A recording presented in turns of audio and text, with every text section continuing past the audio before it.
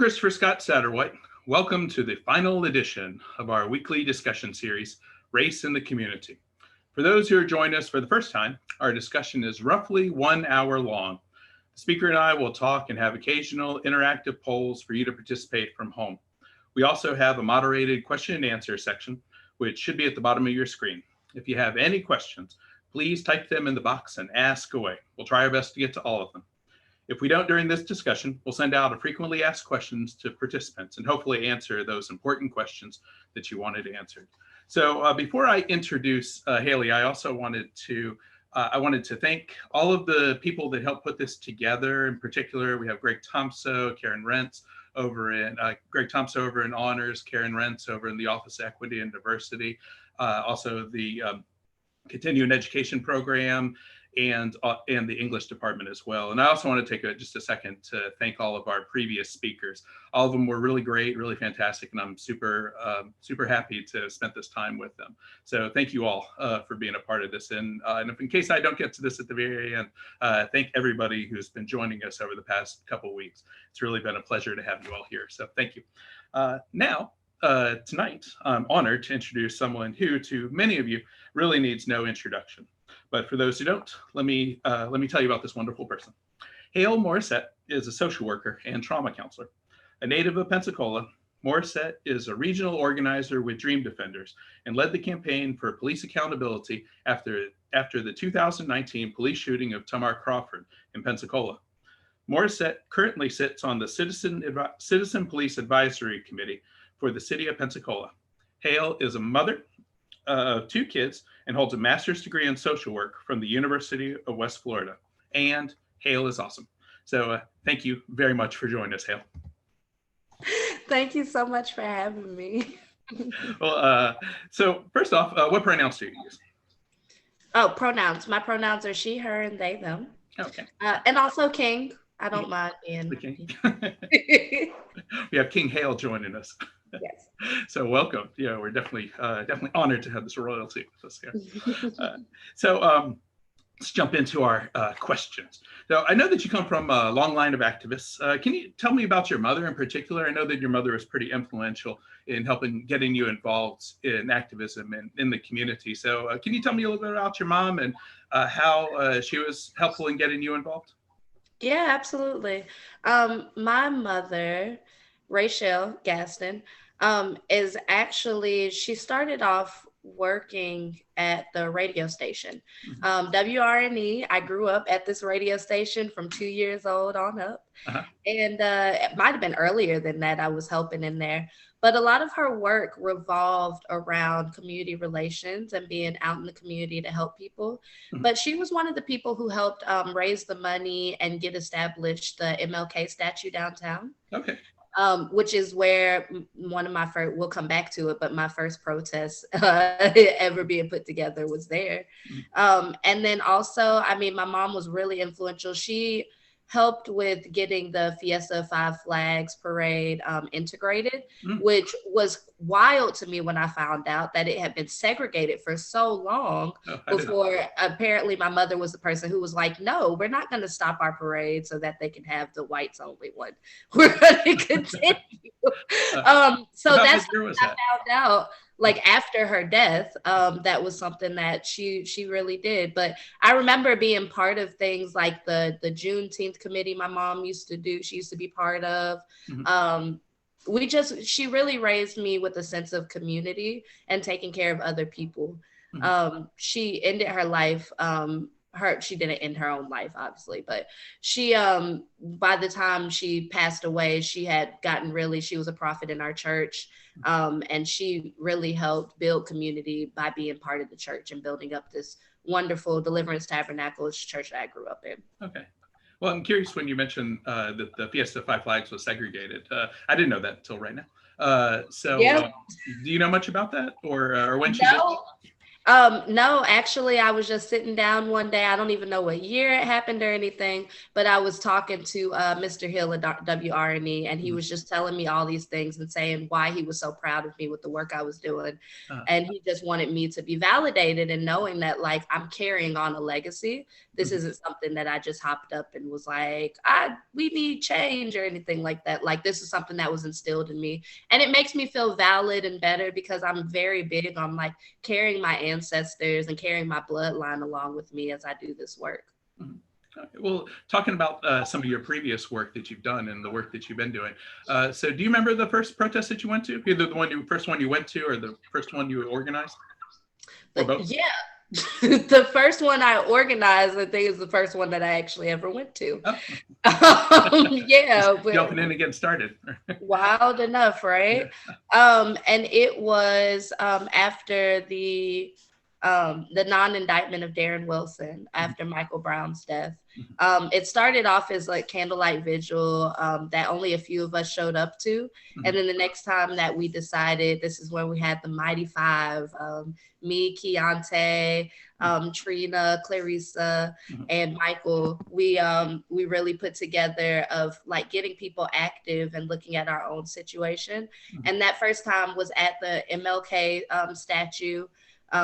We just gathered people. We was like, we need to talk about this. Pensacola has had its own issues. We were able to relate it straight back to what was happening at home Mhm. as far as police accountability and you know, the racial terror that comes with policing.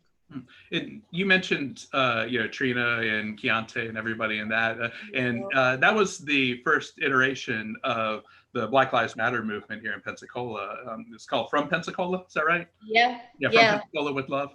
Yep, from Pensacola with love. Yeah. From Pensacola with love. I don't even remember why I came up with that. I was like, I don't Oh, know you what we're gonna call it, but we need to call it this. uh-huh. Uh, like, Uh-huh. and we ran with it from there. I Uh-huh. don't know. Well, what was it like? What was it like working with them? It was actually really.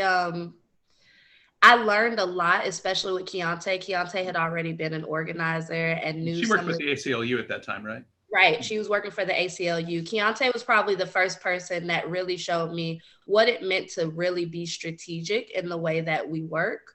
I before doing organizing work, I wanted to do all of these things that included being strategic in some sort of way, right? I wanted to be part of I wanted to do sports management. I wanted to do all these Yeah. things of managing people, psychology, anything, things that were strategic. Like that's my strong point.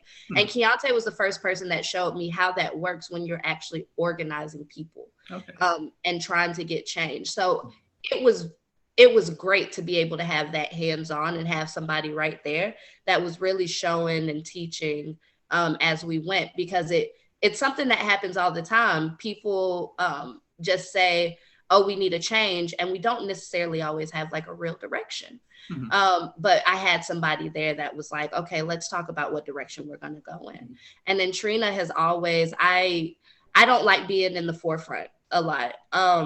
And people who know me know me know that I love working the background work. But Trina was the person that said I needed to step up and speak up more Mhm. when things happen.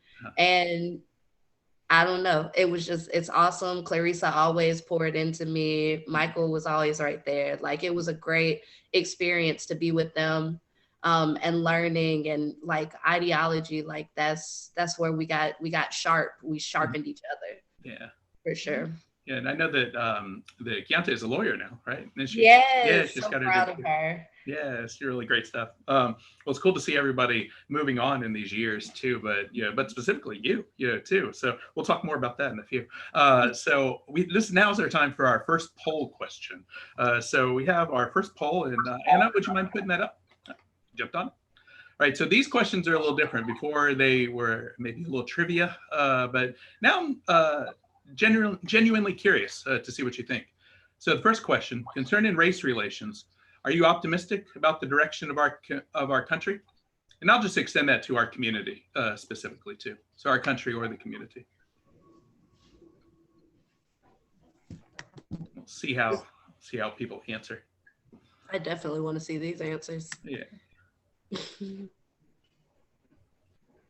Give everybody a few minutes or a few seconds. And I can't see it on my end, but can you tell me when it looks like they're about done? Yeah, we got a couple more votes in. Okay. I'll close it now. All right. Let's see how people feel. 48% say yes, 26% say no, and 26 undecided. So it looks like no and undecided combination would be the big ones right there. So I guess there's a lot to see, as we move forward with this. All right. So what do you think of that? What do you think of that poll, Haley? I think that it's understandable, first of all. I'm wondering now, I have to delve a little deeper. Who is it that's really optimistic, right? Like, who are the people? What are their backgrounds? What are their demographics and races that felt more optimistic about the future of race relations? Recently, we're going to talk about the police advisory committee, but we had a recent meeting where there's the demographics are split. So there's 6 Black folk, 6 white folk. And one of the Black men made a point that in Escambia County or in Pensacola, that we're actually kind of a ticking time bomb, right? The wrong police shooting can happen. And we saw this actually with Tymar, how close it was to where we could be turned upside down in the city. And a lot of the work that we've tried to get ahead of as organizers in the community, we could kind of see us having to go back and reorganize the people in a way to really be really, really progressive. So the white folk on the committee were like, I don't think it's fair to say it's a ticking time bomb. Like, I don't see it. I don't understand it. I'm like, well, you're not someone who was hands-on. Like, at the snap of my own fingers during the summer, we could have had a riot with ease, right? But we prepare ourselves and we prepare our people to move forward in a way that we try to be more well organized and make sure that we're focusing on targets. So not saying that there's anything, I'm not the one who's going to say that people shouldn't riot. They shouldn't loot. I'm just going to put that out there now. I believe in it. Like, if there's a reason why people do those things. What's that from Martin Luther King? You go. The riot is the language of people unheard. Totally understandable. It's strong. So yeah, they were. So I really want to know, like, on that poll, like, who was it that was like, because sometimes we don't see certain things, depending on where we are in, like, our privileged lives. Like, all of us hold some type of privilege, like, and which part of our privilege do we see with race relations? Yeah, we're hopeful, we're optimistic, but there's some of us that are like, we're really scared about what's going to happen next week. And not as hopeful of the things that we see every day. So sorry to go off on that tangent, but we really want to pay attention to that. Well, it's important because you think of the events that took place over the summer, kind of beginning with George Floyd, but Ahmaud Arbery, and Breonna Taylor, and then with this, it is a cascade of events with that. But then the year before was the shooting here in Pensacola, Tymar Crawford, and like you're saying, that if that had happened after this, or it happened right in that period of time, then Pensacola certainly could have been Minneapolis, or could have been one of the other cities where that happened. And same thing with Victor Steen in 2011, 2010, because it happened shortly before Tymar Crawford. And if that was just maybe a few months later, really, that it could have been an entirely different situation. Yeah, absolutely. Well, so you came to a lot of prominence with Dream Defenders after the murder of Tymar Crawford. But you were a longtime activist before this. So can you tell me? I guess you told me a little bit about how you got into activism, but in general, though, how did you get into activism? We're talking about with the beginnings of the Black Lives Matter movement, but what really prompted you to get into activism? Honestly, it was my kiddos. Really, it started off watching. So before, we really like to acknowledge that Black Lives Matter as a movement honestly started with Trayvon. And in Pensacola, we had already kind of had that brewing with Trayvon. I remember that Jermaine was one of those that really kind of offshoot and jumped in with that. And so there was prominent, like before us, there was this move and train, and it was after the birth. So I wasn't living in Pensacola when I had my first child, but he was born right after the death of the murder of Trayvon Martin.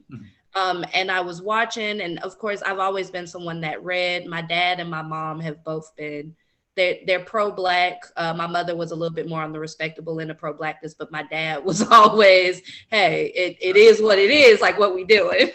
So I always had that push. So I was all pretty well read on race relations and what was going on in the world. And it was me bringing a Black child into this world that was kind of like, oh, can I cuss? I'm not gonna cuss. I won't do it, my bad, y'all. But it was at that point where it was like, this is really real. I don't know what it is about having children. I think it's just that passing of legacy and wanting to make sure that they're okay. Like, these are your little people that you've brought.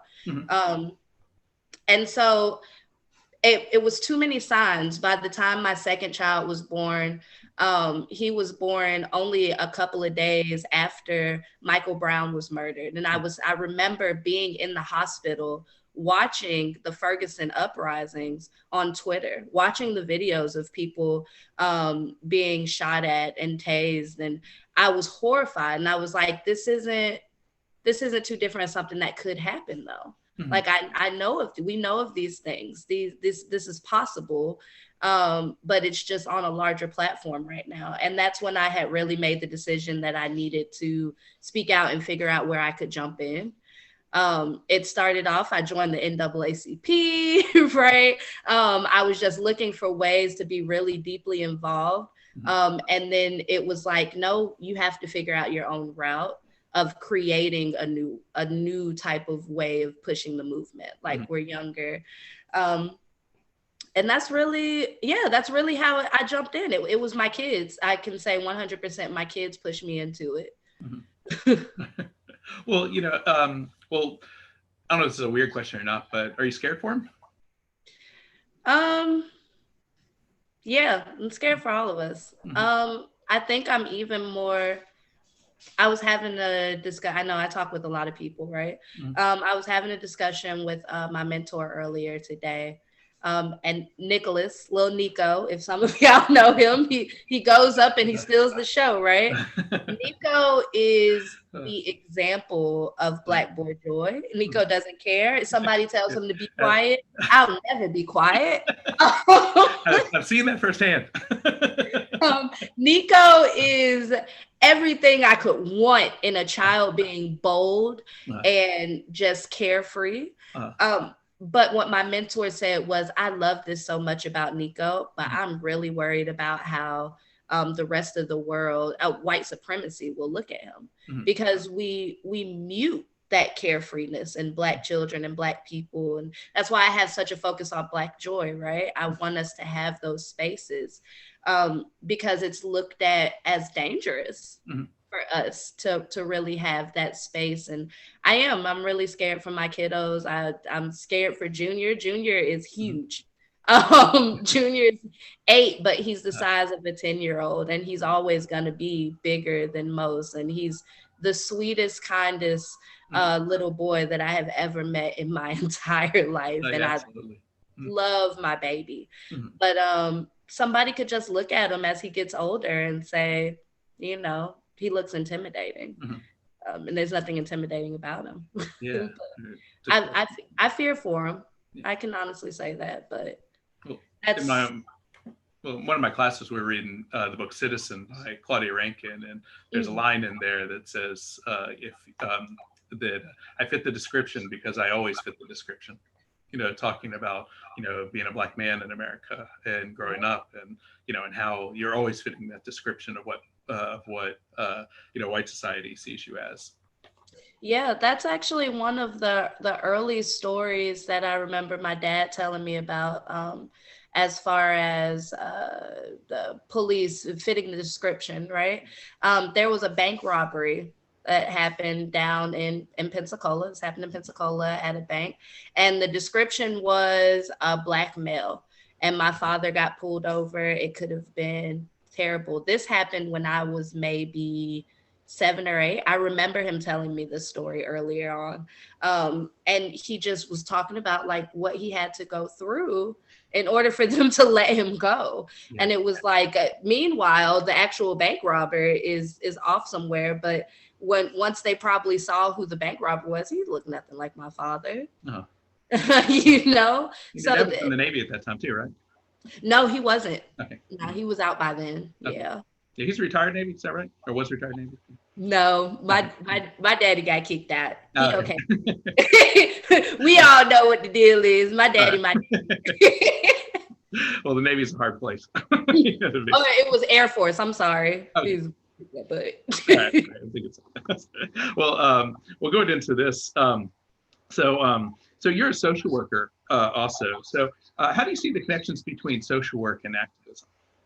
Right. So the act of organizing people kind of takes a really critical eye of being able to understand the way that humans interact with each other. Mm-hmm. And not just the way humans interact with each other, but how we interact with these bigger systems. Mm-hmm. So I think are you gonna ask me about why I went to school? I'm just going to it now. We'll just throw it.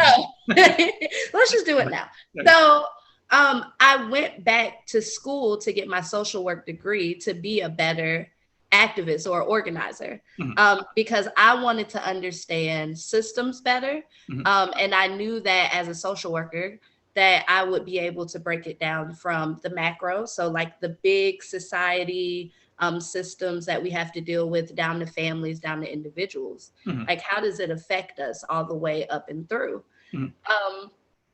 And honestly, that's exactly where I saw the connection. We take our human diversity classes, but we have to go deeper into that in the way, like ideologically, how are we looking at the way that we heal people?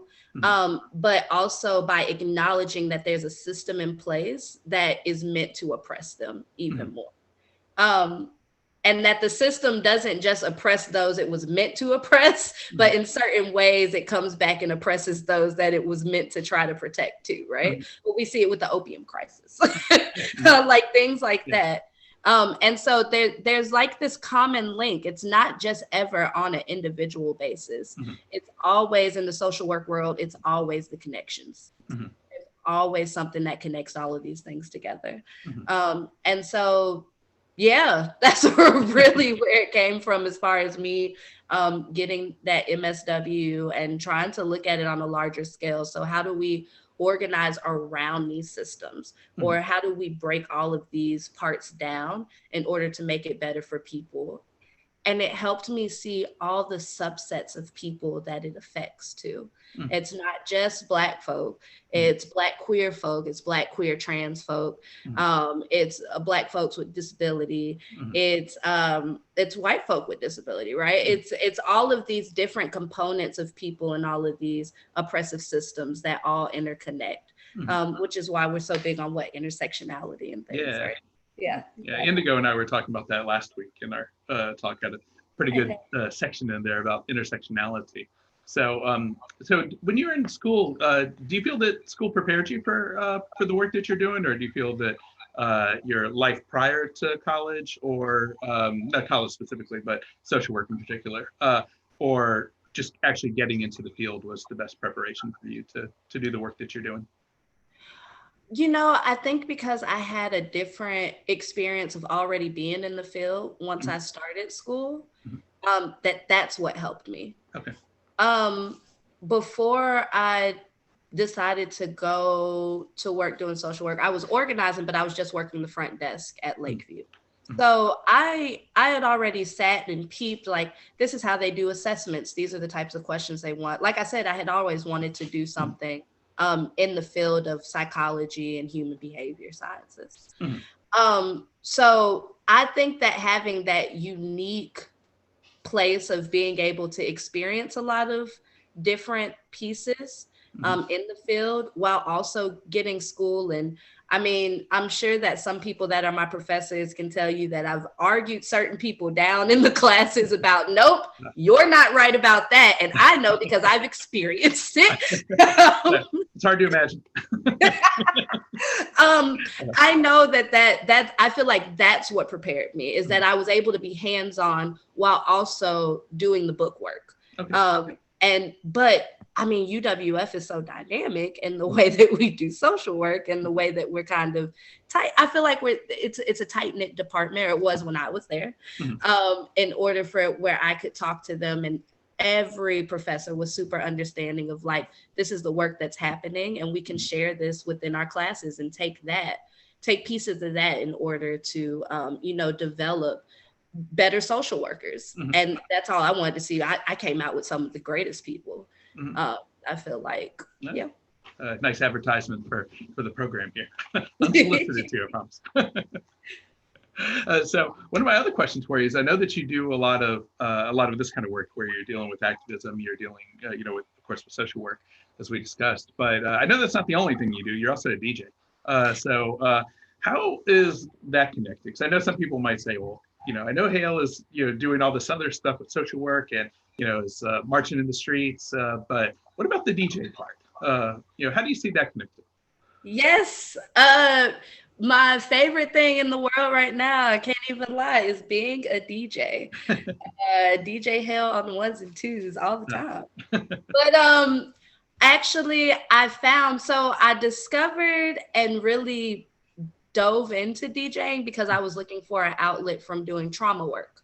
Something outside of that would be my piece. But what I realized, as usual, was that this music connects us in so many ways already, but that when you have an entertainment platform, you also have a platform to help to encourage people to be educated on certain things and encourage them into spaces that are going to be healing. So the way that, and I guess that leads into talking about Life is Hell too, the way that's where Life is Hell really came up out of. What is that, Life is Hale, for those who might not know?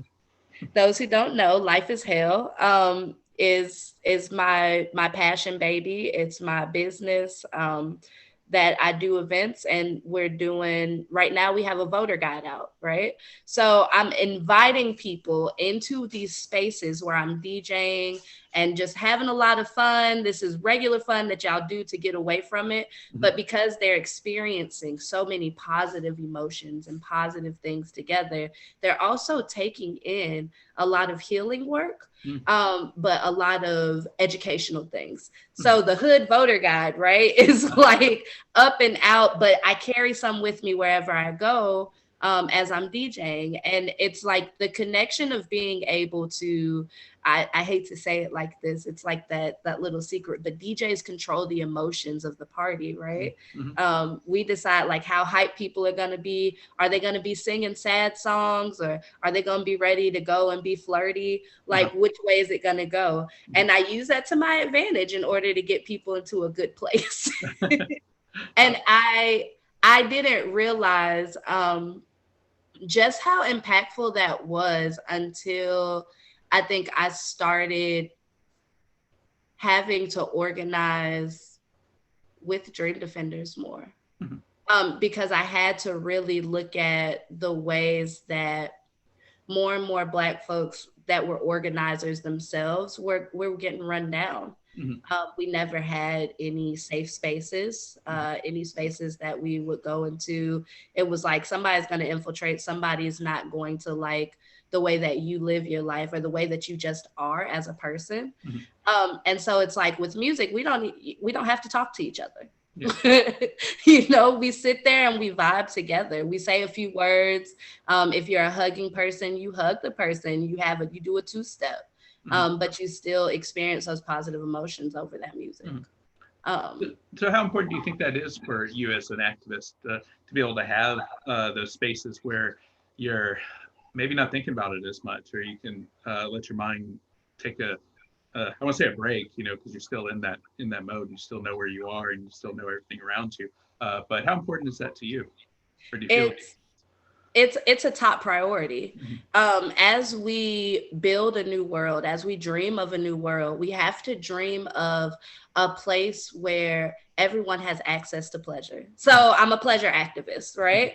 I really believe that, and that as marginalized people, we have to in the forefront say, well, how are they able to have pleasure, express pleasure, and not just sexual pleasure when I'm talking about it, but I'm saying like pleasure in different ways of like, I love reading my books. Everybody knows this. So do I have access to those books that I want to go sit in the corner in? Do I have access to the music or the types of passion projects that I want to be a part of? My art materials, like, are we building a world where everyone has access to find that pleasure in some sort of way so that they're not always hit with little t traumas at all times, because that builds up so much. So that's like one of my top things whenever I am organizing. Well, where's the space within all of that where you're having self-care or you're having communal care? That is it's a priority, and I especially see it since I became a regional going across. Like, we see the same thing. Young folks get in here and they organize and they burn out, and it's because we're really gung-ho. We want change now, but we have to realize that everybody has to play their part in their lane. And as long as we all play our parts in our lane, we have to be able to take a step back to experience our pleasure and our joy and our love and our pride in ourselves at some point in time. Otherwise, you get all the opposite negative emotions with that, and you're not going to want to take care of each other, let alone yourself. Yeah, and it's also helpful to think about it as, as these struggles for racial justice is not just a sprint or a race, but really a long marathon that might go longer than you originally planned. Yeah, I think I used to tell people we can't do microwave liberation. It has to happen outside over a fire, honestly. Yeah, Yeah, it's sad, but that's where it's at. Yeah, well, it's been that way historically, so there's no reason to think differently, on that. Yeah, so speaking of Dream Defenders, so I know that you got involved with the movement for justice concerning Tymar Crawford after he was shot by the Pensacola Police Department, or by a member of the Pensacola Police Department, and you were getting involved with his family. But but prior to that, you were getting involved with Dream Defenders. So how did you get involved with Dream Defenders, and why Dream Defenders? Why Dream Defenders? So Dream Defenders was actually a brand new chapter when it popped off with Tymar. I think it was, I don't know if anybody from DD is on this call, but it just so happened that Dream Defenders was an organization that was being built up in that moment. Like, we have been doing a lot of work for DD in those first 7 months. Shout out to Jamil, because that was our founder here, right? But me and Jamil were prepared to still organize together, regardless of things that happened. And then those who came into it, Sarah and everybody, that formed like our core team, and those that really put together strategy and work as we worked with Tymar's family. I think it just so happened that Dream Defenders was the organization, because that was the organization that was there, and that we were getting the resources from. Like, we were learning. We were learning about dual power. We were knowing what we wanted to see in our communities, and then Tymar happened, and then Tymar was murdered. So that was in the summer of 2019, July 5th. Yeah, July 5th of 2019. And I believe, though, that it was ordained that that Dream Defenders needed to be the organization that kind of took the helm of the work that was being done at that time, because we were a Black organization, and we were in a Black community needing to organize Black folks. And it was amazing, and it's been amazing. So far, there's been ups and downs of like how this work goes, but I couldn't see any other organization for me to be a part of at this point as far as abolition work goes, except for Dream Defenders. The foundation was there. Dream Defenders came up out of the murder of Trayvon Martin and went through so much other work, and we'd watched them. They've come to Pensacola before, but we had a point right now where there was this newly formed chapter. And there were people who knew what to do to get on the ground and do the work, but then we had the added resources of what came from the rest of the state with Dream Defenders. So how is it different than working with Dream Defenders versus when you first started with from Pensacola? I have a lot of other advantages that comes with being able to meet movement elders and yelders, as we call them. There's so many other people that I learned from. And I really, really believe that anyone that gets into organizing work really needs to have someone that's going to be like they need a mentor and an accountability buddy. And so having those two, when I first jumped in, I said I had Keontae to like learn from and things, but we still were just like jumping into this and doing this thing. There was a lot of things that happened. Like we got the flag to come down and things like that, right? Like flag, yeah. Yeah, that like we did really big things, but there was a way that it could have went smoother if we had elders as soon as we jumped into this that was like, hey, let me grab a hold to you and let's talk about a couple of these things. And we did have elders, but we didn't have them formally in place. With Dream Defenders, the opportunity that comes was that as soon as I get in, I have someone mentoring me. I have somebody that's going to check in with me every week to make sure that like things are on track and we're retweaking the way that things go. And I have my accountability partner with my comrades that are on the ground with me and making sure that those things are in place. So many training opportunities. Angela Davis is one of our elders on our board. Like anybody who knows me knows. I said it'd be really sad if she came to visit and saw like 3 pictures in my house of her. I'd be like, cringe. But that I think that's really the difference is that once I joined Dream Defenders, I had just a little bit more structure, which you should when you join any organizations, why I encourage people to join organizations. Well, so what do you think the role of gender and sexuality played in your treatment within the activist community? Okay. So keeping it real. Jumping for the real questions here.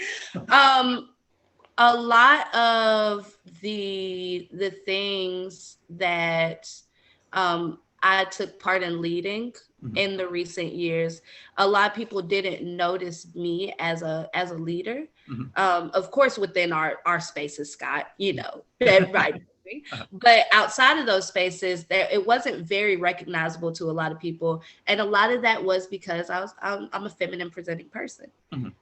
When I first got into the organizing with From Pensacola and things like that, there were literally a few people who were like, oh, this person is, because I came out as bisexual, I'm actually pansexual, that people were like, oh, well, how can you be like this, but you're pro-Black? And I'm like, well, it's easy, I'm Black. So a lot of credit, which isn't something that I typically I don't look for credit, but we want to acknowledge like the people who do the work in order to get us going so that we can move forward together as we build community. A lot of that came later and it had to come with Tymar, and it had to come with even Jamil putting his foot down and being like, hey, Hale has been doing these things. I need y'all to acknowledge her and stop trying to talk to me about this stuff when Hale's the one who did it. It took that to break down some patriarchal things in order for us to really push forward with power. And when I say power, I mean with everyone being acknowledged so that everyone's at the table when it's time to organize something. And I think that had a lot to do with it. But the good thing is when I came out, when I stood firm in like who I am and my identity, that there were people who shared the same identity as me that stepped forward to be part of this community and to be organizers, and just gung ho and in it to win it. And that has been amazing. I've built with Strive, right? Strive was there to hold me when I came out as genderqueer. Like, we built community, and it was because, and I feel like it's because I stood in my truth. And I get messages all the time from people who are like, I can't be as bold and as loud as you when it comes to like just standing in who I am. And I'm like, I don't even announce it that much. It just looks like I do because everybody knows, right? But it's just being able to be unafraid. As much as I fear for our future and for our children, I truly believe in standing in who it is that you are and moving forward that way. And I've worked so hard. In the past, I've had to work with homophobic people, right, in order for survival. But I feel like I've gotten to a point now that I've worked so hard and we've established such a resume for our community that we don't even have to deal with it anymore. And one of the cool things about really just being who you are too is that you find out that you're not alone. Like you were talking about with other people coming out afterwards because of you know, and people feeling more that they could be themselves. We do have a couple of questions. Oh, yeah. Yeah. Let's get to those questions. Okay. So, all right. This first one is from Robin Richard, good friend. So how has social media and the pandemic influenced how you gather? And she also wanted to add in there, Hale, you are a community asset for real. We celebrate your stand for justice and transformation. So the question again is, how has social media and the pandemic influenced how you gather? So the pandemic, I mean, we looked at it when the pandemic first happened. It was like, we are not sending people out to canvas. We're not getting on the ground to gather. We're not meeting in person for meetings. We looked at it as a big negative, right? Like off rip. This is horrible. I want to be on the ground with my people. I've got to be face to face with folks. But a lot of us took a step back to really think about it. Social media is how a lot of people found us in the first place, right? So for me, I ramped up the way that I target the people that I really talk to. So it slowed down a little bit of what was going on as far as people and engagement and things like that. But we upped the way that we did text banks. People are going to be on their phones more now. They're not able to be out with their friends like that. We're still calling people at certain times. They're home more now. Having Zoom parties, like we have this thing called, like you're having right now, right? We're having a Zoom party. Sorry, I couldn't DJ you guys. But we go so far as to, we have freedom sessions, right? We were having freedom session kickbacks on Zoom. People were allowing me to DJ before we talked about political education and things like that. And the draw was, hey, this is, you stuck in the house. Come on, let's get this knowledge so that we could move forward together. So it hit us hard, but organizers always figure out a way to come back. So we figured out a different way to organize. And the only thing it affected was like how we read our numbers. If we read our numbers, right? Because it just matters that we're connecting with people. Well, there's another question. One of the terms that you mentioned before was yelders. You want to explain that? Yes, a yelder is a young elder in the movement. So not necessarily an elder by age, but I guess I would be considered a yelder. I'm young, I'm in the movement work, but I have something to share because I have experiences. I've definitely learned from other movement yelders that are younger than me. I mean, there are people that came out and started organizing just around the same time as me, but they were in other places and they just have so much to offer in different ways. So yeah, a yelder is a young movement elder. Okay, all right. Well, we have time for our second poll. Now, Anna, would you mind putting the second poll up first? All right, were you inspired by the protests over the summer? This is for everybody here. All the protests that came around during the summer after the murder of George Floyd. Were you inspired by the protests over the summer? Yes or no, or undecided?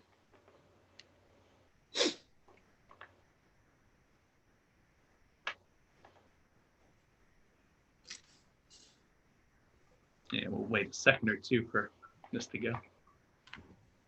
Anna, where are we with the questions? We just got a couple more. I'll go ahead and close it in just a minute. Okay.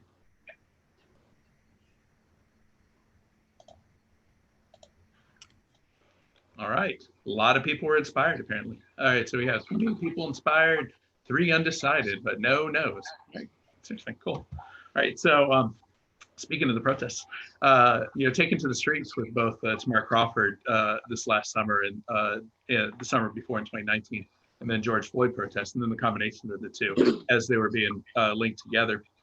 You became a public face of the movement. Now, thinking of when you led the pretty large group of people towards the bridge, closing the bridge, the Chappie James Bridge, but also helped to lead some of these bigger protests. But really, the bridge one in particular. I asked about your kids, but were you personally scared? Because you were not only just the public face of that, and maybe not just in that moment itself, because maybe that was just all adrenaline, but you're on the news afterwards. People know who you are. Yeah. The backstory for this that a lot of people don't get. Of course, everyone looks at the news and they're like, oh, this girl and these folks went out here and blocked this bridge. Mm-hmm. And like, what for? Especially when the mayor came back and was like, they didn't accomplish anything. They just did this, Mm-hmm. right? Like we had that whole big thing and people calling him out for that. Mm-hmm. That was one of the biggest moments of that protest too, by far.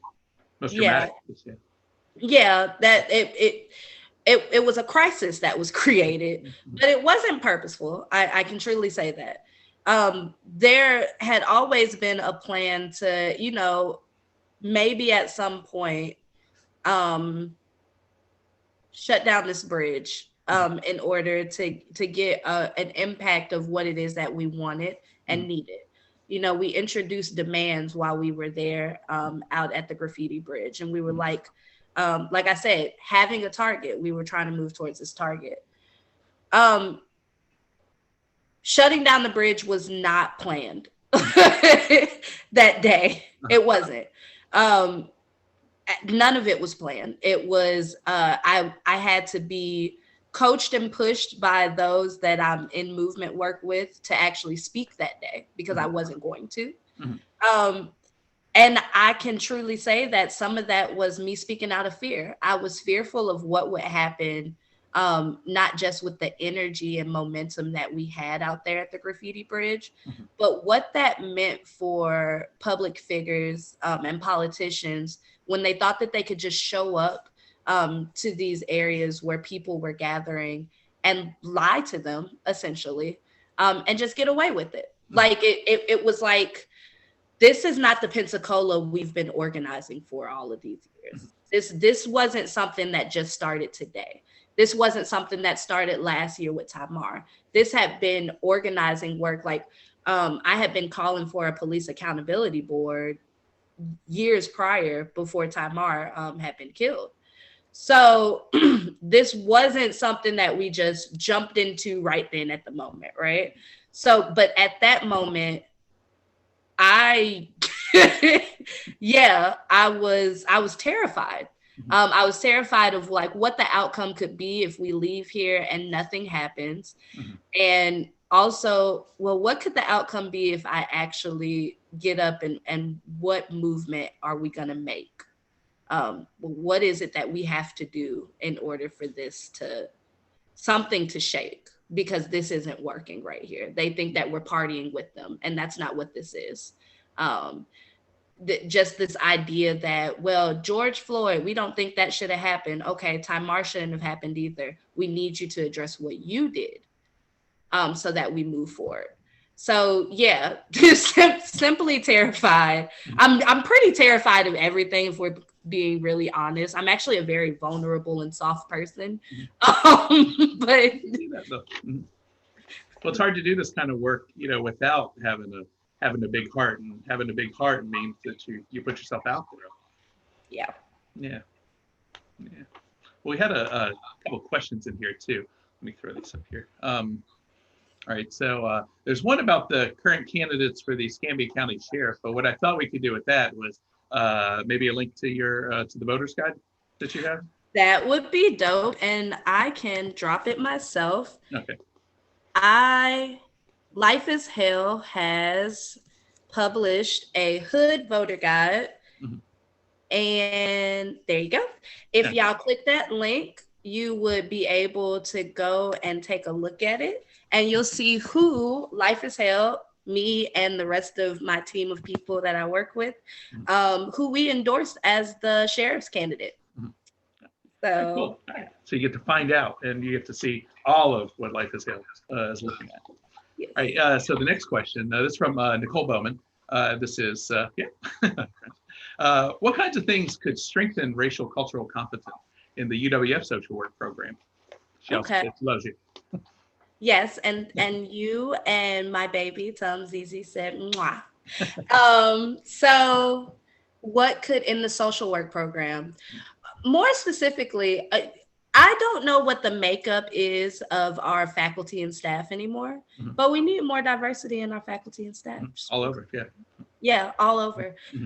In the social work program, we could probably see an expansion in the way that we teach people with human diversity and relations, because it's really great. I discovered things in the one human diversity class that I did, but we need to have an added component so that we're putting out more social workers who are more empathetic to our communities, and those that are going to look at the bigger picture of systems rather than, I know some of us go to get our master's in social work and we're getting clinical experience and we're going to do therapy with people. But there are some of us that do therapy with people and we tell them to ignore the systemic dangers that are out there in the world, and that, you should just be able to fix yourself. And that's just not possible. We really should probably add a component that has to do with racial trauma, trauma as far as gendered trauma, gendered violence, things like that. We need to be talking about that more in these classes that we have. And that there was a lack thereof when I was going through, but I'm also one of those people who's like, well, what about this? Because I'm graduating with these people and we're not all coming out here not able to talk about it. Well, and it's also being able to put that not just within a course or embedded within a course, but then really just making an entire course around it. Because I'm sure as a social worker that you're going to be dealing with a really diverse population, and without having those skill sets before you go into the field, then a lot of social workers are learn as they go, and that might not be the best way to go with that. Yeah, it's really hard to learn as you go, I believe. I know that there are not necessarily just social workers, but also LMHCs that had to ask me several questions. Just, I have this client and this is what they're dealing with, and I'm not completely sure how to deal with that. And it's like, okay, well, let's take a step back as if we're a person. We're not looking at this just clinically, because there's that other layer of this that's not going to be in the DSM-5. If I can put a little personal plug in there too. My wife, she just finished her doctorate, or is almost finished doctorate, and she has a dissertation that deals with that specifically. So I didn't just think of that myself. I've been listening to this for a little while now. So when it becomes public, then you also take a look at that for anyone who's interested, see what the results were of her work. So I had another question in there too. So what inspired the Hood Voter Guide? The Hood Voter Guide. And the theme song. So, as a lot of people know, I spend my time, if I'm not doing, I don't spend a lot of time with white folk. I spend a lot of time with Black folk. I do. My weekends, when I'm DJing and everything, I surround myself with my community. And I realized that there were people who were honestly confused about all of the different politicians. There was so much of, I don't know what this amendment means, or I don't know what is actually the problem with Trump, which is scary. But I mean, when you're on the ground with people, you're actually talking to them, you got to get that across. I mean, all they're seeing is what's on TV, right? Or what might be on social media. And there's a lot of different people that influence. So the Hood Voter Guide definitely came from quite a few of us trying to explain to other Black folk, like, well, you know, there are these people that we need in office in order to push us into a more progressive place, to push us into a great place. And here is why. There's these people. And I wanted something that I could hand out at the club, that I could hand out at any type of block parties that's happening. I know it's a pandemic, but people are having block parties. People are out and about because they want to gather with community. So I wanted them to be able to have something where they could just open it up, read it, say, okay, this makes sense for me. Maybe they want to sit down and they study and they say, I know Hale said this, but I'm wondering about this other name that I see. So I'm going to research that myself. And I got so many people who came back and told me that, like, as a family, there's Black folks sitting down at their dinner table, researching the Hood Voter Guide together. Like, that's dynamic. But it was just that we didn't have anything else out there that just said really plainly, hey, Tiniade Bryan needs to be your District 5 city councilwoman. And this is why. Like, we didn't have that just already out there for people to open up and be able to see. And I heard a lot about the amendments being a problem. And I was finally like, I don't endorse people. I've been a very strong, I'm going to keep out of it. And I'm going to just let you do your thing. But this was the year that I had to kind of put my foot down and be like, let me tell my folks why I'm doing this and use that influence for good. All right. Well, we have time for, we have one more poll that we have. Anna, would you mind putting that up? Do you think the election, speaking of the voter guide, do you think the election will have an impact on race relations? Yes, no, undecided. I guess that's broadly worded to where we could say positive or negative, but true. We'll see what people think of. Man, this hour went by fast. I know it does, doesn't it? And you have somewhere to go to, right? Yes, I'm having Jen and Ken at the Platinum. We'll have Hood Voter Guides. Okay. I just got Jamil and them sent me a whole bunch of wristbands and Black Voters Matter mask and pins. Thanks, guys. Yeah. So, yeah. All right. Can you see that on your side? I can. Yeah, it says 81% said yes, 7% said no, and 11% said undecided. So my guess is we're going to find out.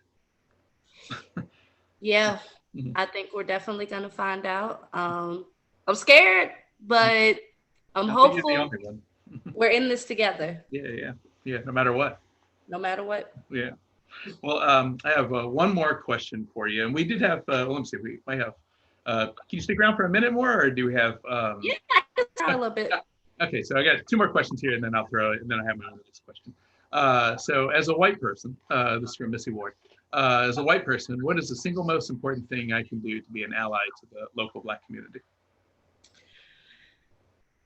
Listen to what their needs actually are. A lot of times people try to come into the community and tell us what our needs are.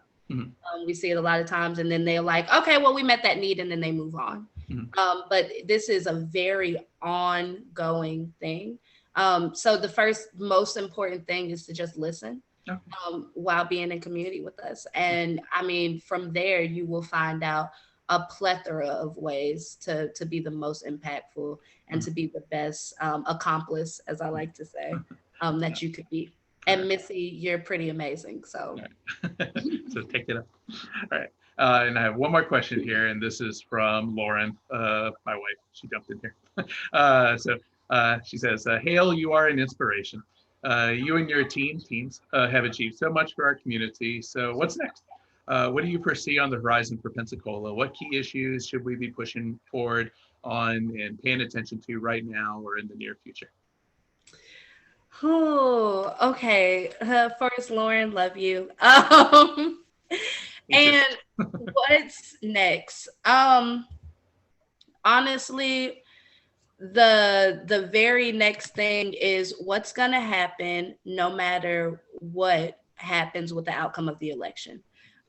We're really trying to pay attention and organize around that. There's so much strategy that is being put out. There's so many different scenarios. The biggest scenario right now is that something happens like what happened in Florida with the George Bush debacle. And we don't want that, but it's a possibility. Yeah. So right now we're trying to organize people, and we want them to be a part of making sure that democracy reigns at the end of the day.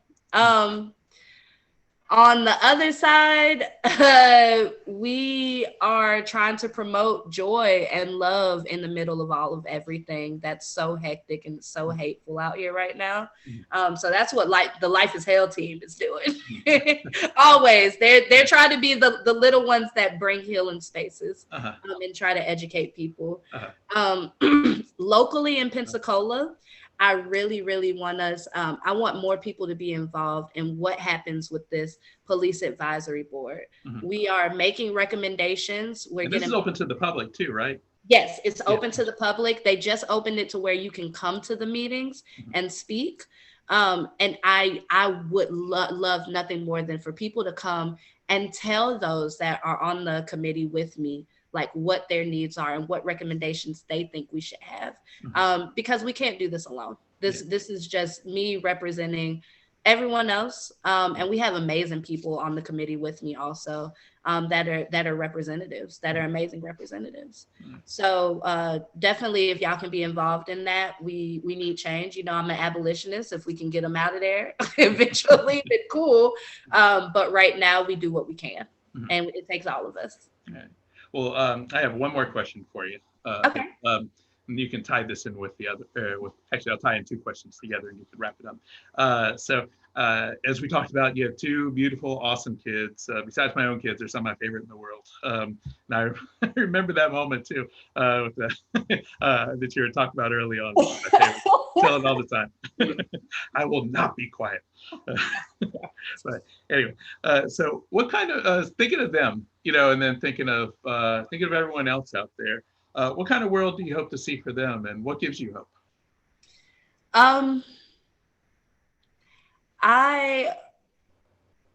I think that I always imagine something different a lot of times, right? I really do. The world that I see involves my kids being able to have a debt-free education.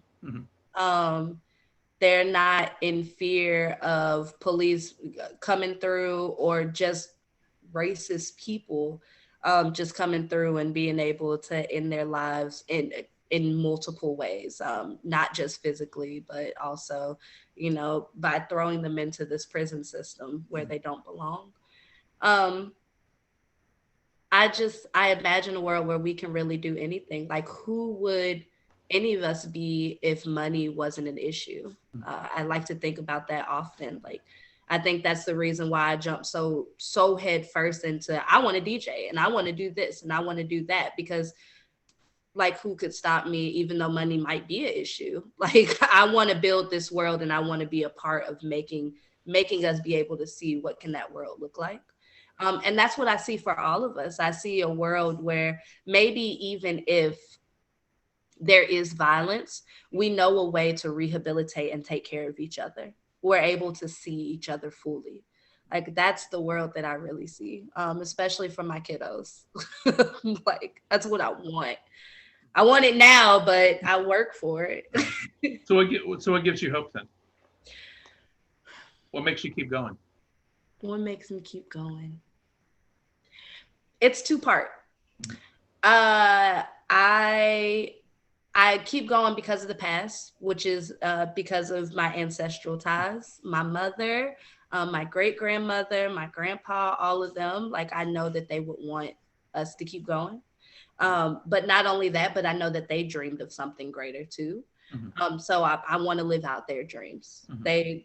Every day, pour libations, all of that that I need for them. Like they speak to me. They give me hope.